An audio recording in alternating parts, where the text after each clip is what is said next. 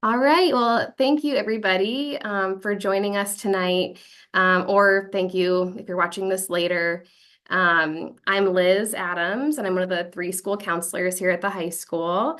I've got Brandy Cosgrove on here. We're going to share the presentation tonight, and then we've got Cody Masters, who is sick. So there are three of us typically, and we all help the seniors through this process. And we enjoy the college process. So this is a fun part of our job.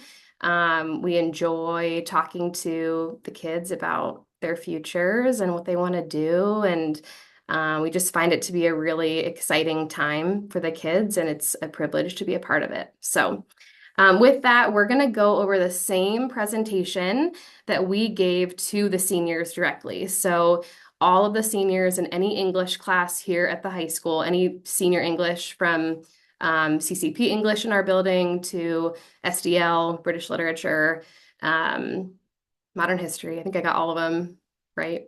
AP. So if they're in a traditional Granville High School senior English, then they should have heard this presentation. But if they were absent or if they don't have a traditional schedule, it could be good to have them watch this or review this together. But we're mostly gearing this tonight to parents to make sure that y'all are on the same page. So with that, we're going to start off with looking backwards and just kind of reviewing data from previous years. So I think it's helpful to just kind of see what's typical, what we were used to here at Granville High School, um, and what we should expect generally for this year. So we have about 200 students in current classes. So your current seniors, the number is now 203 in the senior class. It was 202. I was telling kids that, but it's actually 203 now. Last year's class was 198, so just a couple short. Oops. And so we processed 175, helped 175 students apply to at least one school and processed almost 800 applications and sent transcripts and things like that. So it is a busy time, especially in the fall and really through even January, depending on the college deadline. So they keep us busy, and the kids are welcome, to come down as much as they need to. All three of us can help answer questions. Kids are welcome to bring their laptop down directly with, their Common Application open, and we can sit down and work with them. So this hopefully provides a little bit of comfort that we're all pretty used to answering questions and talking through the college application process. The average last year for last year's seniors was about 4.5 applications per student. Obviously, there are kids that didn't apply to any schools or maybe just one. And then there are kids that apply up to 20 schools, which is not exactly what we recommend, but we do see it. So there's no magic number of schools to apply to, but just kind of giving you an average, just an idea. We'll see where your particular student will land with that. And then a little bit more just data points and reflecting back on the class of 2024. Last year, at least, we had 88% who indicated going on to a four-year college or university. I believe that's up a little bit. We had dipped down a little bit with COVID and right after COVID.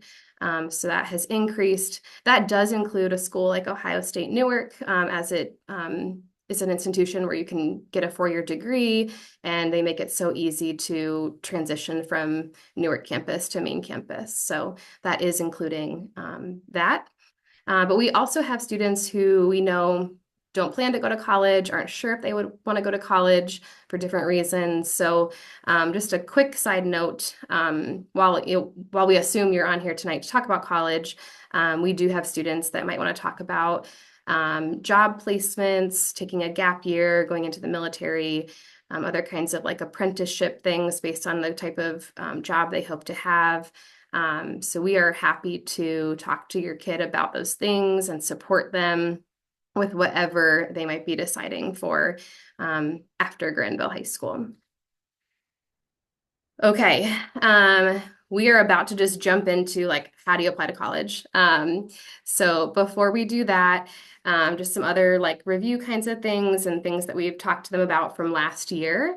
Um, for those that were in a regular government class last year, we had the chance to get in there a little bit and talk about just how to search for colleges and make a college list. So at this point, we're kind of talking and assuming that kids have some idea of their college list. We know that not everybody does now or yet, or they're still trying to finalize those things. And so what we tell the kids is there are kind of different ways to categorize a school. So as they did research into the admissions data and information about a school, we do encourage them to look at what does a school say is their average ACT for their freshman class, and then usually like an average range for test scores if they're looking to submit their test scores.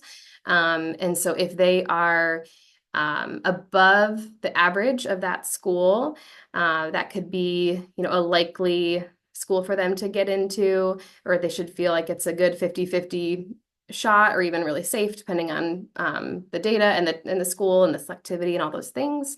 And then there are schools where the student is either below the averages of the freshman class GPA and test scores, or if the school is just a highly selective school, then it's going to be a reach. So we don't want students only pursuing reach schools. We want them to have a good, safe, likely option, at least one school that they would be likely to get into, but also excited about, that they think they could go to and thrive and do well. So they're encouraged to apply to whatever schools they want, and they can have as many reaches as they want, but we don't want them to only go for the highly selective. There's so many other options out there. They're not all highly selective. So that's one note about the college list. So, and if they're not at a point where they're quite even sure about that list, we can have a separate meeting or conversation to help them kind of finalize that. We also encourage the students to talk to you guys at this point weekly. So just, hopefully that's already been going on as far as like what they're thinking after high school, but just we sometimes see kids that are really thinking they want to move far away or just do something different that maybe wasn't the expectation of the family, or I don't know. We don't want you guys to be surprised. We don't want them to surprise you and for that to cause tension at home. I know this can be a stressful time, especially as you're looking at the finances and just all the planning that goes into this. So we are telling them to talk to you. So we hope that they are. Let us know how to encourage them in that process if that's a struggle for you guys. The final thing is to keep taking advantage of opportunities to visit a school. I'm a big believer in a college visit on the campus, walking around with a tour guide, do whatever opportunities they have. There might be some fall visit days at a particular school that your student is looking at, where maybe they have more like open house opportunities to meet professors or talk to athletics or whatever it might be, eat in the dining halls, whatever is offered. I think the more the better, just to really help get that feel of what it would be like for the student to live there. And again, thrive and be happy and have a successful, hopefully just 4 years of college. So, the students are allowed to take college visits as days off of school, but there's already so much going on that can be tricky and stressful, and then they're behind a day. So that's an option, but we do have some days off coming up. So we do encourage them to think about, if possible, be strategic with, can you use a day off to go and visit a school if it's not crazy far away. In the spring for seniors, a lot of colleges will do like an accepted students day. So then sometimes we have kids who take one more final round of visits once they know where they've gotten in to help make that final decision. So that's something to keep on your radar. If they're looking all over the country, this is a lot. It's an investment. So we do see kids that do that, and they're even through April, they're still visiting some schools and making that decision. So the more they can do sooner could be helpful for them and for you. So we encourage that on-campus visit. And then we do have other opportunities like reps that come to our school as well. So we can talk more about that later on. So with all of that, I'm really going to just get right into how do you apply to college? That's like, we're really talking logistics here. So I'm going to then cover, we've got what is the application and then what are the steps to apply to college. We've broken it down into 7 steps. And I'm going to cover all of those. And then after that, I'm going to pass it off to Brandy, and she's going to cover some other like frequently asked questions related to deadlines and just all the other kind of things to think about throughout this year. So if you're going to have a student apply to college, what does that even mean? How do they do it? What's all involved? What are the components of the application? So number one, most important, is the student online application. Nowadays, kids are not filling out anything on paper and mailing it in, right? So the online application is going to consist of, basic information, maybe their resume and activity list. Essay might be required, might be optional. We have the seniors in English classes all do their essay. You should probably be hearing about that right now because that's been going on. There might be supplemental essays depending on the college, and then there might be an application fee. So those are the things that may or could be in the application. This is to be submitted by the student. Without this piece being fully submitted, even if we were to send everything else, but they never fully applied, it's not going to count. So this is the most important thing that absolutely they have to get done. They have to meet the deadline. I do just want to add that, we sometimes know that parents just want to help and we'll do this part for them. We really, really encourage it to be the student, not you. So let them do this. Let them be taking ownership of that college application, and try to assist as you can and encourage as you can, and point them to us and we can help them. Okay, so that's my soapbox there. Beyond the application, a student might be submitting test scores. We're going to cover all that comes with that, with whether it's if they want to, if it's test optional, all that conversation will be in a few slides. The transcript is generally required by most colleges. There are a few that don't need it from the school, and they might have the student fill out like a separate, sometimes it's called like the SRAR, so like a self-reported student academic report. I forget exactly the letters.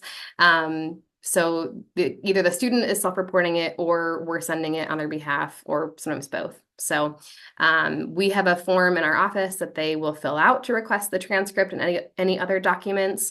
And so we have already talked to them about that. They should be aware of it. We also call that form the blue form. So we tend to refer to the transcript request form as the blue form in our office.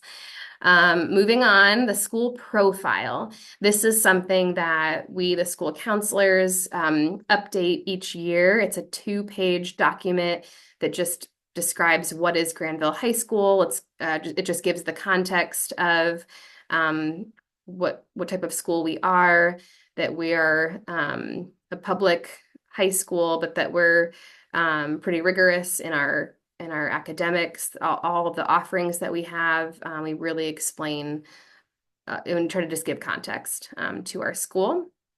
The secondary school report, if you see that, that's something that when we are sending the transcript, we are automatically sending the profile and the secondary school report. So it's not something like extra that the student has to request from us. We just will automatically do that. So those kind of go together.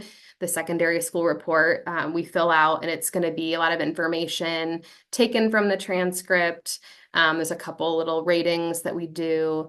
We give like the decile ranking for the student, stuff like that. So that will go along with the transcript and the profile from us. The final two things are recommendation letters. So those might be required by a school, or they might be allowed, but not actually required, but maybe they're allowed to submit one or two letters. So there's a counselor letter or a teacher letter, or maybe the student wants one of each or something like that. So there is a form to request that for either of those things here in our office that we showed those to the kids also. And we'll get into more of the process for that and just the fact that we ask for advance notice of at least 10 days prior to any deadline for those things. So we'll cover more of that in depth, but that is just the application components that could be involved in applying to college. All right, so here we go. Ready? Step one is that the kids have to set up the appropriate account. So again, this is where I really want the kids to take the ownership of this. Sometimes a kid will come down and not know how to log into their application, and that's a little bit concerning to me. So make sure that they are really handling this and just keeping track of all their passwords and all that kind of stuff. I know it's a lot. So the two main ones that we end up working with and talking about are SCORE and Common App. SCORE is our database that we gave them access to last year to search for schools and do a career assessment that we really enjoy as that platform. In the senior year, we use it to actually transmit their documents. So all those things I mentioned, like the transcript and the profile and the secondary school report, and then any letters of recommendation, we, the counselors, are using that platform to send those items to the colleges. So the kids, they just need to have their list of colleges in their SCORE account and have it be accurate to where they're applying. And then we can kind of handle it from there. So SCORE is more of the platform that is useful for us, Granville High School, in communicating with the colleges and getting what they need. The Common Application is a website. It is one common app, we call it, application, where tons of schools use it. They do the main application just one time. Like there's an academic section, an activities section, an honors section. There's a spot for the essay. They can put in all of that information just one time and then use that platform to apply to a ton of schools. The website itself can, you can search the schools that are on there and make sure that every school on your child's list is there. It's pretty typical that most colleges are using it. There are cases where a student might only be applying to one school and they might not be on the Common App at all. The most common example would be like if a student knows that they're just going to go to OSU Newark, that's their plan for right after high school, they would not need to worry about the Common App. It's going to feel like more work than is necessary. And a school like OSU Newark, they have their own a little bit simpler online application that a student would fill out and be able to just kind of be done with that. So there are cases where maybe a student's an athlete and they were given a simpler kind of like expedited application to fill out. I was just working with a student today who was doing an early application for Bowling Green. And so there are examples where a school might have an option on their website and the kid can just do it that way. But a lot of our kids, because they're applying to multiple schools, end up using the Common App. So this is something that they would set up themselves because we don't assume everyone's going to do it. We don't manage this account for them. So this is something that they would create and then they would work on, and then this is where they would submit those applications. And like I said, there's all the different components, then they would pay the application fee at the end as that final submit if there is an application fee. So along with that, I kind of got ahead of myself here. Like I said, there might be other places where they're applying, but most commonly we're seeing Common App. One other thing I should mention with the Common App, or really any college application, is the FERPA waiver. We do get a lot of questions about this. What is it? Why am I having to sign something and waive things like that? So one of the steps that they will see in their college application is a spot to waive their FERPA rights. And so we just try to give a basic explanation here that under the FERPA law, right now in high school, you as the parents have their educational rights and you can access their information at any time here. You can call us up and we'll tell you their grades or whatever information you would need about their academic progress. When they're in college, they're 18 and they're on that campus, that transfers to them. They have the educational rights and access, not the parent. However, with the college application, by waiving that right, then they are saying that what is written about them in their college application cannot be accessed by them. It will remain confidential. It is true. So it is encouraged by the colleges to tell them to waive their rights so that they know that any recommendation letters, any like interview write-ups that they might have in their application, that those things would remain confidential and that the student would not have access to those things. So they'll have that choice, but that is the advice, and that's my spiel on that. So next. Sorry, too far. Step 3. So again, SCORE is really more for us at this point. And so we are going to show you here at the end what we need them to do as far as making sure that their college list is updated in SCORE so that we can then transmit any documents on their behalf through SCORE. So I won't spend more time here. We will show you that if you stick around for the end. Okay, step 4, recommendation letters. So we do have a lot of kids that want to talk through this for sure. So first of all, are they even required? As the student is gathering information on their schools and looking at the requirements for each one, they should take note of what they actually need. We've had issues in the past of kids asking for like way too many letters. And then, for example, OSU only takes 1 letter. So, every school is different. Some are going to require them, some are not, and some won't even take them. It really varies by school. So we are just we're trying to protect the teacher's time and also the quality of the letters, because I think we do a really good job writing letters. The counselors and the teachers, we take a lot of pride in writing good quality letters for our kids because we believe they're ready for college and we're excited to recommend them. But the more that we have to do, then it's especially for the teachers, it's hard for that quality to remain there. So we want them to be intentional with what they need and intentional with who they're asking. So we want them to think about a teacher that they've had a good relationship with and obviously felt good about their performance in class. So it really should be a core teacher. If they're looking at a teacher letter, so core can mean English, math, science, social studies, and global language. We have other examples of where kids might ask for like a music or art teacher, especially if they're looking at going into the fine arts, and that could make sense for that kid.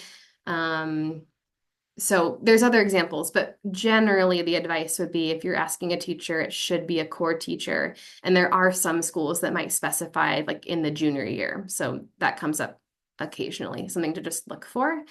And then counselor letter is separate. Our letter, we don't see them every day. So our letter isn't focused as much on what they're like academically in a classroom. That's just not our view. We kind of get the privilege of we talk to them before we write a letter for them if they ask for it. And we just kind of get to talk about their growth over 4 years in high school. So it's a really fun conversation for us to get to meet with and talk to them. We call it an interview. It's not anything high pressure or anything. We enjoy that conversation and just getting to help them reflect on who they were when they came into our high school and where they're at now, and just what they've discovered about themselves, how they've grown, what they've overcome. So we can really help paint that picture in our letter of recommendation, and we try to do a really good job with that, like I said. So both of those forms to request are in our office. We have them on Schoology. We'll show you that, all the different ways you can request. And the kid, we told them this, the kid needs to ask for that letter in person. So they've been doing a good job because they've been coming down and asking us. But for the teachers too, they don't ask us for a teacher letter recommendation. They would go directly to the teacher, have the conversation, ask, will you be willing to write me a good letter of recommendation? And then have that form ready for them. So we've tried to coach them up, and I think they're doing a good job with that. Once they've done that, there is one more step in SCORE to add the teachers to be able to send a letter for them. So that's it looks a little bit hidden sometimes, so we can help them find that or help connect the teacher with them on SCORE. So that's not a huge deal, but just something to know. But we want them to have already asked in person first before they do this step of requesting it in SCORE or even in Common App, because they can enter their information in Common App as well. Okay, like I mentioned before, our policy or practice, we ask them to give us at least 10 working days, like 10 school days, before any deadline. So to request a transcript, definitely for letters of recommendation, the more time, the better. We can try to make it work if it's less than that, and it comes up on occasion, but if everybody did that, it wouldn't go well. So the more time they give us, the better for just writing a quality letter and just making sure we're hitting all the different deadlines. We don't want to, hold up their applications. So it will help us do a good job if they are just staying on top of their deadlines and giving us enough notice to send anything. I should also note, I have not been monitoring the chat, but I'm assuming Brandy has been, so I apologize, but I can see the numbers. There's chat happening. Is there anything I need Yes. to address already, Brandy? Is it No, okay? I have it covered. Thank Thank you. you. Okay, sorry, I forgot to mention that. If you have questions, you can totally put them in the chat, and Brandy's handling it because I can't do that while I'm talking. Okay, the next thing, test scores. So a student may want to submit their test scores, or they may be required to send test scores, or there are some schools that won't consider them at all. So it's a whole range right now. Test optional has been a thing for a long time. And then with COVID, it really expanded. So a ton of schools, almost every school in Ohio is still test optional through this year. And it seems like the colleges are just taking it year by year at this point, whether or not they're going to change their testing policies. And we've been watching in the news some of the Ivies going back to, requiring testing or having some kind of test policy. So it's really been interesting to watch since coming out of the pandemic. So for the most part, we're talking to kids who are applying to schools in Ohio a lot of the time. So, for the most part, we're talking about test optional as an option. So if that's the case, then we say if your test score is in the average range of that school or above, go ahead and submit that.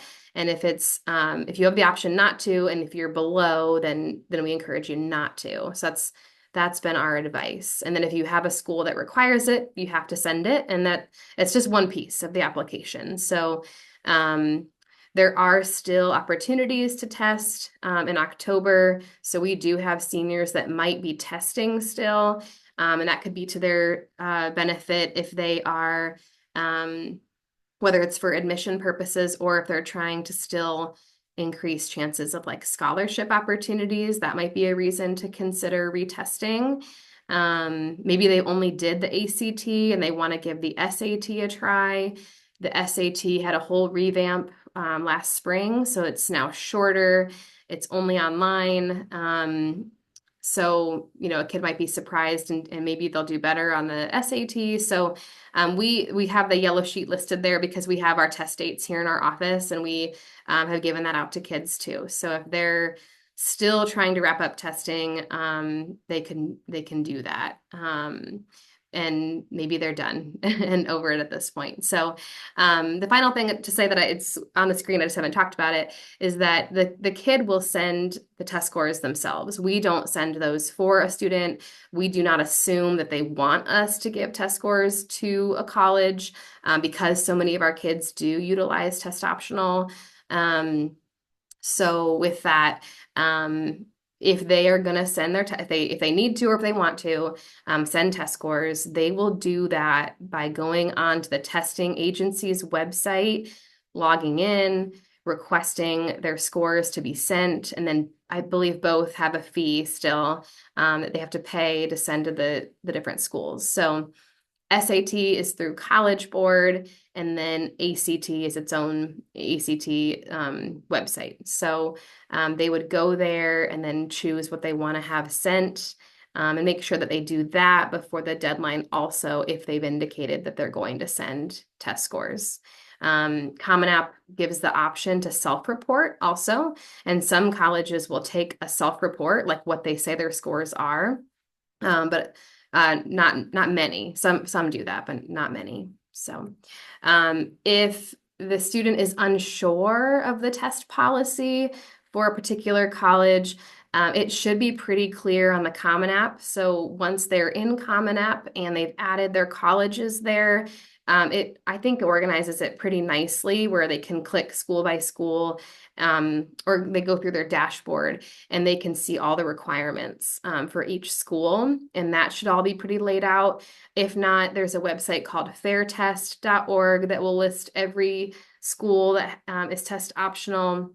And then also I always encourage them to get onto the admission webpage of the particular college because it might be more thoroughly explained on their website. So it's probably just a good idea to get familiar with the admission web pages of the particular schools on their college list so that they can really understand just anything that the college will share about how they are holistically reviewing that application, what matters the most, and just other information that they might gain as far as what the college is looking for. Okay, so I said this before. I keep going too far. There we go. The transcript, you request it through a form that we call the Blue form. It's in our office, it's on Schoology, and we ask one form per college that they're applying to. So if we don't receive this form, we don't know that they've applied to a college. So this is really the key piece of communication that lets us know that the kid either has applied or is soon applying to a school. And then on that form, it's going to ask them what's their deadline, if they need any letters of recommendation sent, like which one, like if they only can have one, which one. It's going to remind them to update their score list and make sure that that school is listed. It will ask if they're doing early decision, which would only be at one school. Brandy will cover early decision here in a minute. So we'll talk more about what that means. So yes, one Blue form per school. This is something that if they want to drop those off, this does not need to be face to face. So if we're in a meeting or just they can't find us, they don't have to like keep coming back and waiting to like talk to us. We are used to just having these dropped off whenever, wherever. So all three counselors, we have a mailbox on the outside of our office doors. The student is welcome to just put that Blue form in our mailbox, and that's fine. They can give it to any of the counselors. We'll get it to each other. They can give it to Mrs. Cadlick, our secretary. That's fine. We really just care about getting it in time before a deadline so that, again, we can be organized and get everything done that we need to get done to help them meet that deadline. Okay. Step 7, follow up.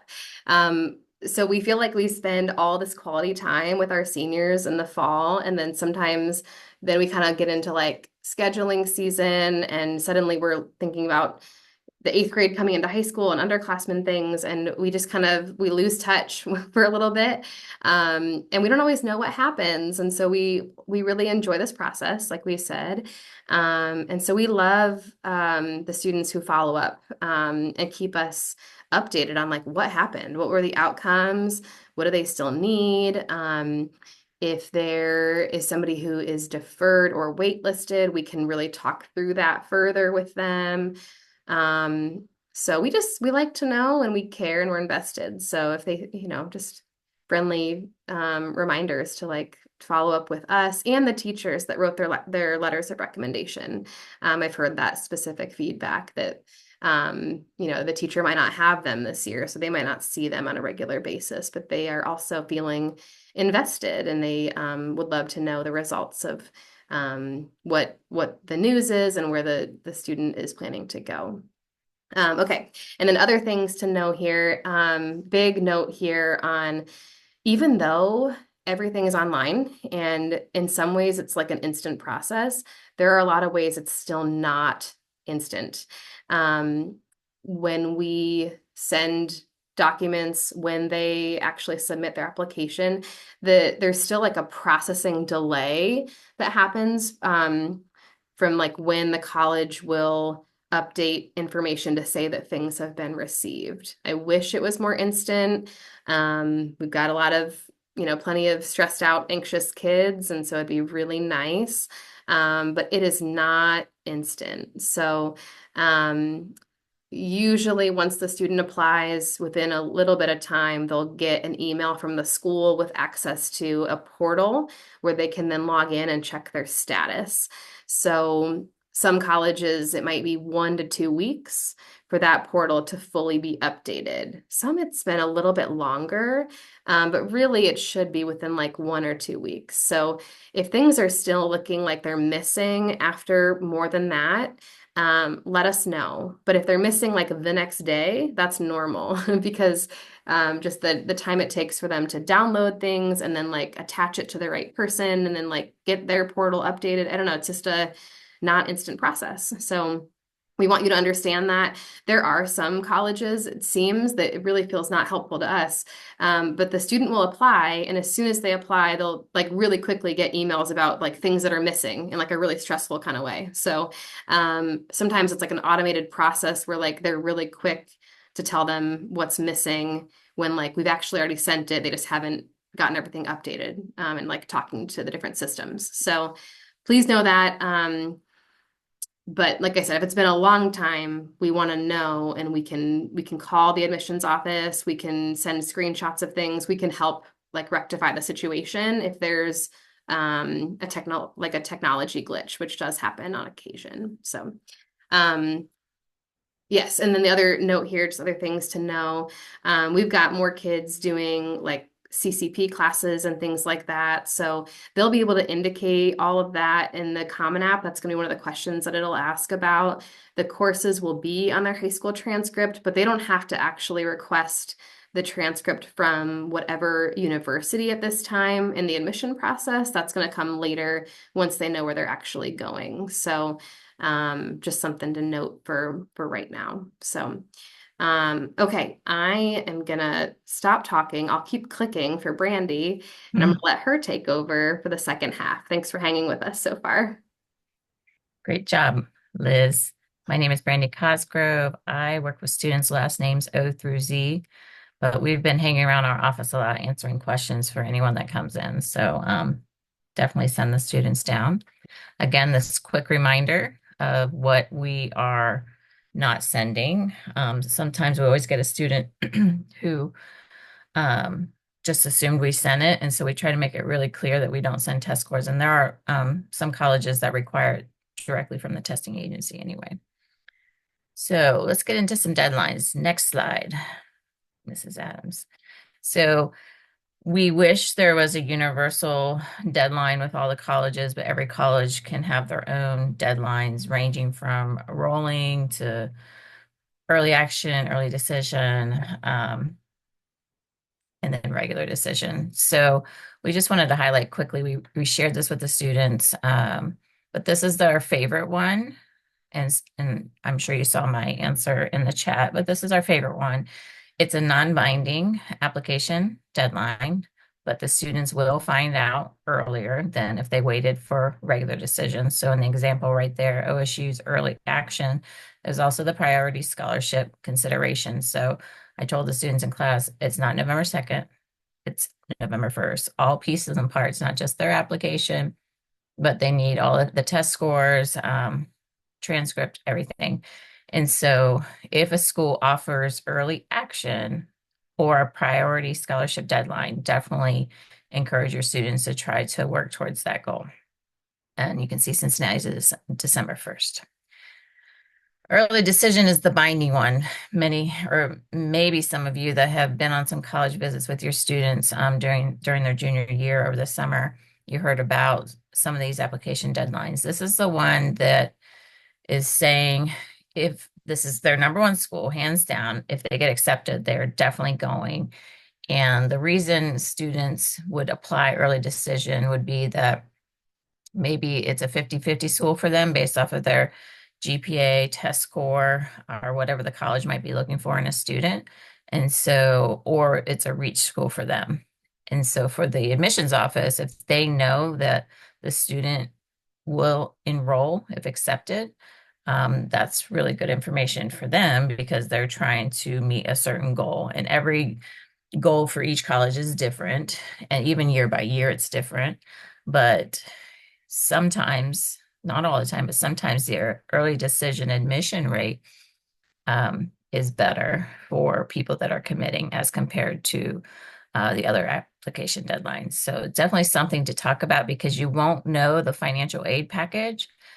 There's an honor system that they have to abide by that it would be the same financial aid package whether you did early decision or early action, but you won't know it. And so you won't know it till later. And so that binding contract would have to, it's a little bit difficult to get out of. You can get out of it, but it's just a little bit tricky. And as Mrs. Adams said, you can only apply early decision to one school, and they talk, especially those really selective schools.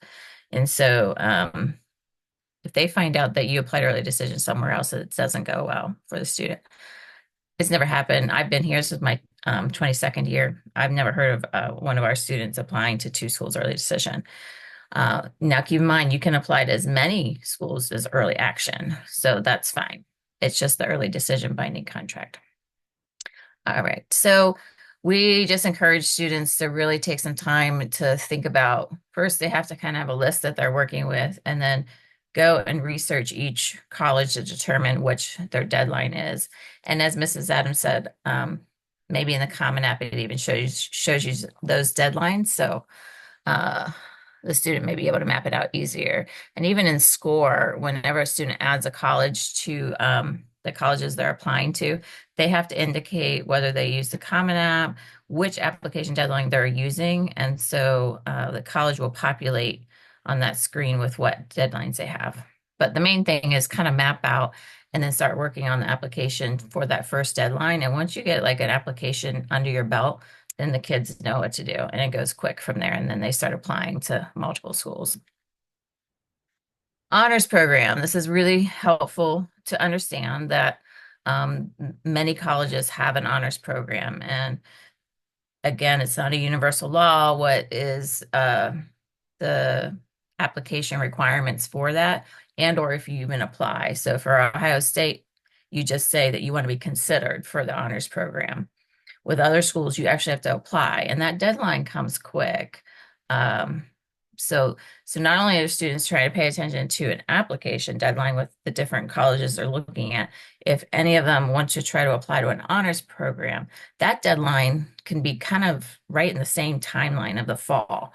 And so I know like some kids, like there was a Bowling Green had a honors application deadline, and a lot of people missed it because it's kind of right in the same ballpark. So definitely look at the requirements, look at the honors program if that's something that your student may be interested in. There's a lot of perks that you can see on this screen.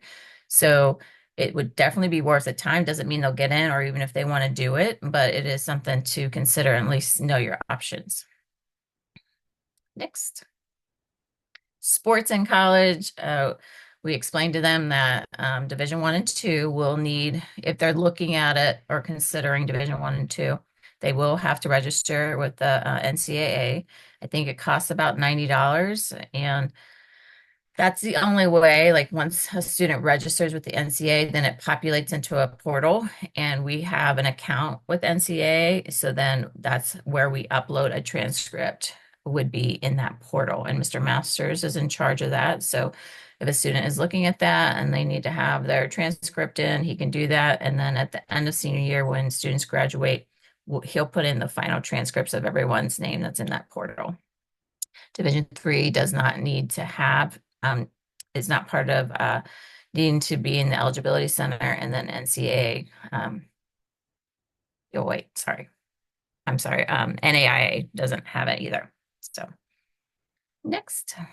So there are a lot of decisions that can happen. I try to explain in class that, of course you want to be admitted. You want to be applying to college if you didn't want to be admitted, but they have to keep in mind that thousands of people are applying to colleges from all over, not only Ohio, but the whole United States and the whole world. And admissions offices are tasked with putting together like a society that represents not only the entire United States, but also the global world. So there's people from all over the place, and they just cannot accept, like Ohio State cannot accept every Granville High School student that is competitive.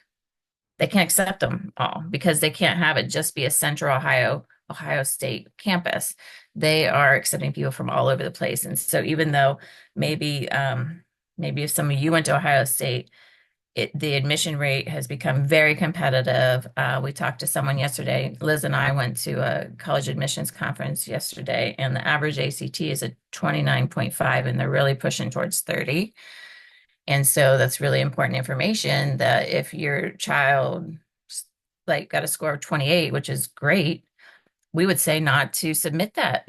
Go test optional with Ohio State, because if they're aiming to get to a 30, they don't want anything to bring their average down. And so students can still be very competitive with their transcript, letters of recommendation, but definitely need to be strategic with the test scores and kind of understand where their kids lie in that. So you can send it to maybe these 5 schools, but maybe not this one that's more of a reach or more competitive. Deferred means that, say I apply early action November 1 to a school, and then the college is like, well, we're not going to accept you in this first round, but we'll put you into the regular action application pool. So early action, we just found out again yesterday, Ohio State, they're going to so if it's November 1st deadline, they're going to let everyone know basically right before winter break is kind of the deadline, whether they've been accepted or been deferred or been denied. If they're deferred, then their application goes into the regular decision applicant pool, which is February 1st. And then they'll find out from there. And then sometimes students are waitlisted. And what that means is that they weren't accepted into the college yet. But if the college doesn't enroll enough people on decision day, May 1st decision day, if they don't enroll enough people, they will go to the wait list. And every school is different. If they rank the wait list, how many kids they'll take off the wait list, if they even have a wait list. So that's why we want the student to come and talk to us if they are waitlisted. So we could reach out to the school and kind of find out what options the students have and what they can do to let that school know that that school is their number one still. And then everyone gets denied, and it's okay to be denied. That's just part of the process for applying to college. We also, this is great timing to do this session. I'm glad we're doing it now because we just went through a financial aid session yesterday. We did find out that the FAFSA, I don't know how much you've been paying attention, but it was like upgraded last year, but then ended up being a little bit of a mess, and students weren't able to apply until much later than normal and got financial aid packages back late and got them applied late. It was all kinds of things. So FAFSA did a redo, and they are piloting all the application, like piloting a group of applications to make sure everything's in good working order in October with the open date of December 1st. And they said it's definitely not tentatively anymore, definitely December 1st. and then students will work through that. And it requires both, and I think this is the next page, but it will require you as a parent or whoever is in like kind of in charge of the student, guardian or parent, would have to do their own account, and then the student does their own account, but it'll kind of connect with the student. And in the FAFSA, the student will then send the information to each of the colleges that they applied to. And so colleges do have a financial a application deadline. And so the majority of stuff happens in the fall with the college applications. And then we're looking at the financial application deadline. And then we're looking at scholarship deadlines. So there's like, it's like in thirds how the school year goes for seniors. And so these are all hyperlinked, and we put this presentation into the Schoology course for the students, the class of 2025. So you can pull that up and hyperlink it, or you can just look it up and Google it and find it. Let's see, this is our parent night. We are offering a senior application workshop Monday, September 23rd. Oh, I see that. Yeah, prior year for the FAFSA. Yeah, it's prior year. It's supposed to be for the FAFSA. I'll let Liz handle that. Sorry. And then we did a summer application workshop. We had a great turnout of students, of seniors, to get a jump start on their application. We're offering that similar thing where kids come with their Chromebook or their whatever device they're using, preferably not a phone. Some did show up with their phone. We'd like them to use a device, laptop, MacBook, whatever, Chromebook. And we just help answer questions. It's not a workshop like we're presenting anything. We are going around individually answering questions, helping them navigate it, letting them know their decile ranking, their you know, the little answers. And we have a helpful sheet that we passed out to the students at the workshop. And then I believe we put it in Schoology. If we didn't, I will add it. But it's just goes through like the questions. What is our way to, do we weight the GPA? Do we, what's your counselor's name and address and phone number? What's the school address? When did I start in high school? What year? What is my graduation date? All these things that they don't readily know. We have it on a worksheet that we can we can give the kids, and it's also outside of both Miss Adams and my office. We have like this huge Ducky Pocket thing that has several slots, and we have that information there. And then also in SCORE, not only in SCORE, but in the announcements and the newsletter, we have we just today hosted Washington and Lee University for admission rep visits, and we had someone else here. We have someone like almost every day through from September during ACE period, so they're not missing class, all maybe mid-October, and then usually the admission reps head back to the office and get ready to start reading applications. And so if there's a college that your student's applying to, we really encourage them to come and meet the representative, tell them that they're applying. Or if the student is still like, I'm not sure, I don't know enough information, then we encourage them to come down and learn some, really good information. It's very helpful. Next slide, January. So we tried to let students know that senior year is important, that mid-year reports are reviewed. And so even if a student's accepted in the fall or like early winter, before we send out transcripts, they will review the transcripts. And then some of the students that have been deferred from an early action applicant pool to the regular action or regular decision applicant pool, they'll look at those grades to see how they did, to see if they're still on track, if everything's going well. Maybe their decile ranking went up or their GPA cumulative went up, which is very likely for anyone that's in the College Credit Plus classes, because they're on a semester schedule, so they'll get the benefit of the weight first semester.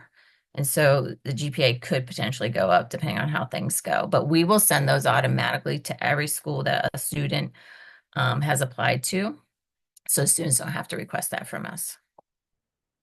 And then May 1st is decision day. That's usually the fun day where people wear their like college swag or whatever they want to do. But I always tell the students, like, just wearing your sweatshirt or t-shirt is not enough. Like, you have to deposit money to hold your spot. And so just making sure kids understand that as well. Sometimes they do, sometimes they don't, but they will, because the colleges won't let them leave them alone. You're gonna get they are gonna get so many emails. They have got to check their emails. I'm telling you, and you got to tell them, you got to remind them, because they do not do that. And I'm sure you know, my son he's at Kent State. He just started, but yeah, I was after him. So anyway, what's next? What's next? Okay, so let's go live real quick. We also did this in the classroom with the students, but by the time we're done talking, they're like, "What?" So it's a good reinforcement for you to see it. But in SCORE, if you scroll down, Liz, this is the dashboard of SCORE, and then keep going down, and that's where they'll see the college visits. So on the right-hand side there. And then if she clicks on see all, they don't have to register, but if they do, that means the college will like get their contact information. So like I said, we just had Washington and Lee, so Ashland's coming, and then Kenyon, and it goes on and on. And Ohio State, when we talked to them yesterday, they're doing a visit mid-October, and Denison will be in mid-October. So there you have that. So then also in SCORE, if you go to My Colleges, I just demonstrated to the students like any colleges that they've already been following. Like, Liz, if you go over to Capital University there with the three dots, say I was following Capital, but now I'm definitely applying. So you can either do mark as applying or as applied. Either one's fine. Oh, sorry. Yeah, that's okay. Yeah, I'm in the wrong. My pretend account is the wrong age. Oh, okay. Well, the main thing is that they click on those dots and they move them over to applied or applying, and then that's how it'll populate whenever their counselor looks their name up. Then they just send the transcripts, and we'll do everything. The teachers upload their letters and SCORE. We upload our letters, the transcript, school profile, secondary school report. And the reason we need a blue form was just because there's a lot to keep track of. And if you saw at the beginning, there was over 700, maybe almost 800 transcripts that were sent out, and majority are in this like 2-month time period that it moves. And so it's just our double check to make sure we don't miss anything. And then if we go to Schoology, this is the last I'm going to show you. They're in a course called Class of 2025, and we told them to make sure they're in this course and they can see everything. And there's a folder there, or there's several different things in the materials folder. But you can see like the College 201, and I do need to add the helpful information, but it is right outside my office. Go down, there's all the forms. I even put in a student brag sheet if you feel like your child is like doesn't add a lot of detail, but like they're amazing, you might want to fill that out and turn it into the counselor, because that can help us. Because if we interview them and then they're not giving us a whole lot too, but you want the college to know who they are, that could be helpful. And then here's the presentation if you want to click on the hyperlinks or review it later. And then also as scholarships come in, this is a very fresh, like I'm just starting the process, but it was still in materials. Sorry, if you go back to materials, sorry. We communicate a lot in Schoology, but there's a scholarship folder that as I get more scholarships, we'll both add stuff to it. And then if anyone was looking for the academic link, because I know academic letter has changed somewhat, it is there and the student has to fill that out. It's not filled out by a parent, and it's only for juniors and seniors now. So definitely have the students turn that in. And then the National Honor Society, for anybody that's applying, it's due next week, right? The 18th, I believe. Don't quote me on it as your student. So, but that's all we have. We just wanted to make sure that you are well equipped and that you have all the information that you need to start. I wouldn't say harassing your child, but you kind of have to stay on top of them, because as you know, there's a lot that they're keeping track of, but we still want them to take ownership of everything. So when they have questions, they typically reach out to us. If we don't answer right away, they come down the office. Like, we are there, and it's just a revolving door. So we're happy to help. We love having these conversations with them, and we hope this was helpful for you. I don't know if there's any last remaining questions. If anyone wants to leave, they can, but we can kind of do some Q&A before you, if anyone has any questions. Thank you. Thanks for being here. I know it's hard. It's 9 o'clock, but I moved it. I was quick. You did. I was long-winded. I think we're caught up in the chat, and so I think we could wrap it up. But if you feel like you need a follow-up chat with your counselor, or you want to encourage your student to just do that, whatever works for us, email us. They can Schoology message us. And yeah, again, thanks for being on here and hanging with us. And we enjoy getting to help in this process. So Go go Blue ahead and Aces. wrap us up. Yeah. Thanks and have a great All night. right. Good night. Bye-bye.